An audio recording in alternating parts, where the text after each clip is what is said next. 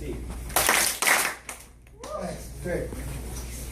Welcome everybody. Really great. Every new cycle of young people are coming through. It's an exciting time for us. I know it's an exciting time for you. There's a lot of opportunity here for you all to help you move on with your lives and develop career paths for yourselves. As Tim said, I'm one of the founders of Venice Community Housing Corporation. It's the only executive director so far. We founded Venice Community Housing 25 years ago. I think that's before anybody in this room was born, or any of you participants were born.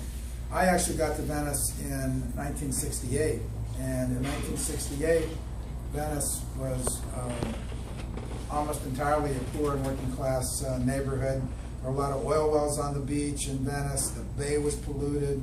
Nobody was down here on the beach in the 1960s. It was a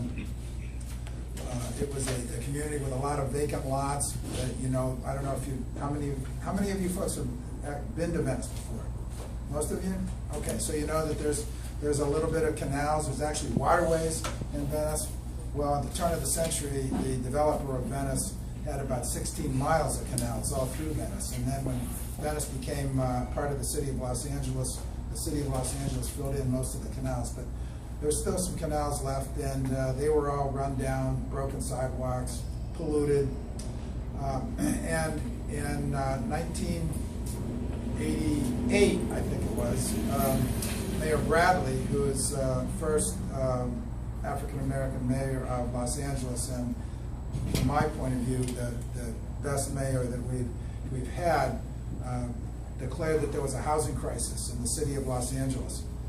And he reorganized the city to start focusing on developing affordable housing, and called focused attention of the city on that problem. Well, there was a general housing crisis. Rents were going up everywhere in the city, but they were particularly going up in special communities, and Venice was one of those special communities.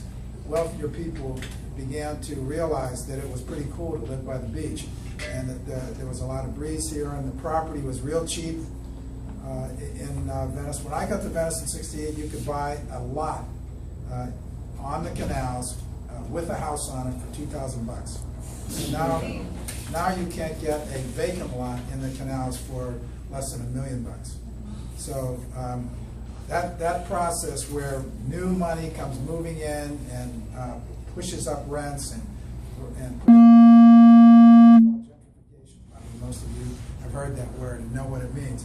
That's gentrification. That's when one class of people replace another class of people. And in Venice, starting in the late '70s and early '80s, more and more affluent people started moving into this community, and low-income people that have been living here for generations were getting squeezed out.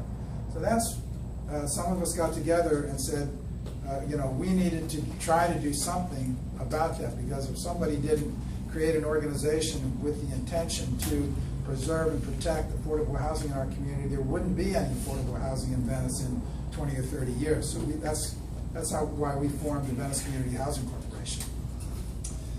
And since then, we have purchased or developed 14 properties, 195 units of affordable housing in Venice and Mar Vista, neighboring community of Mar Vista. But we always saw ourselves as not just focusing on housing, but also focusing on providing other resources to low-income people in our neighborhood. Whatever was needed that wasn't being provided, we would try to find a way to address that issue and bring resources to bear. In 1993 and '94, there was really a horrific gang war in Venice between two local gangs that shared this neighborhood together, one Latino gang, one African American gang. And in a 9-month period, there were 17 killings and 55 shootings, and it was really a terrifying time in this community.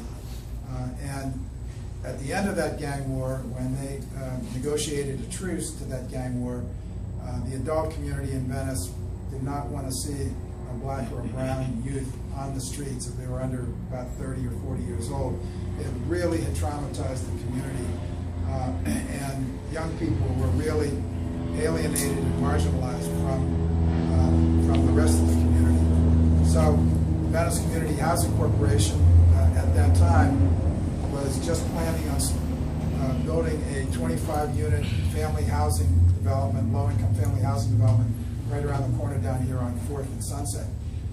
So we decided that we were going to start a job training program for young people in the neighborhood.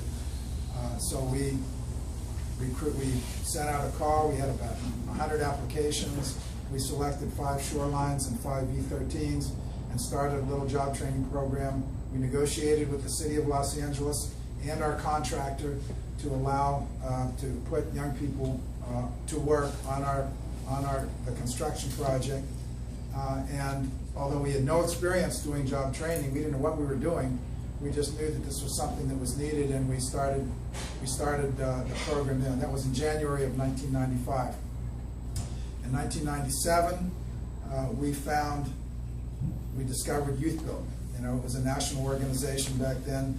They had affiliates all over the country, and they had a comprehensive model for youth development, which we thought was great. And we became an affiliate of YouthBuild and got a lot of technical assistance, a lot of support and assistance in understanding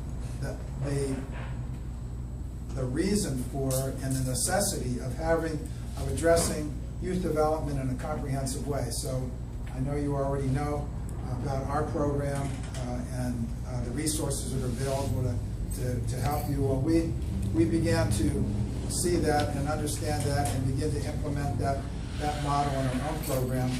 And so now, what is this, almost 20 years later, I think we have really an exceptional program with a lot of resources here to help all of you, a staff that's committed to work with you, and as long as you guys and gals are putting forth your best efforts, I know you'll get a lot out of this program. And there's also a transition coordinator who's here to help when you complete your 10 months here on our program, to help you get a job, move on to college, get advanced training, whatever career path that you folks choose for yourselves. We're going to do whatever we can to help you get there. You know, middle class, more affluent people, their parents have a whole network of relationships, you know, with businesses and colleagues that that work together to sort of help their kids get into career paths that they want and jobs that they are interested in. So we try to provide some of that network ourselves for all of you in terms of connections with colleges and businesses, trade schools, whatever you're committed to. We're going to try to help you move in that direction. So thank you all for your commitment to this program and to yourselves. We're really, really excited that you're here and looking forward to working with you through the next year. Thanks. So I get 2 claps. Right. So that's it. All right.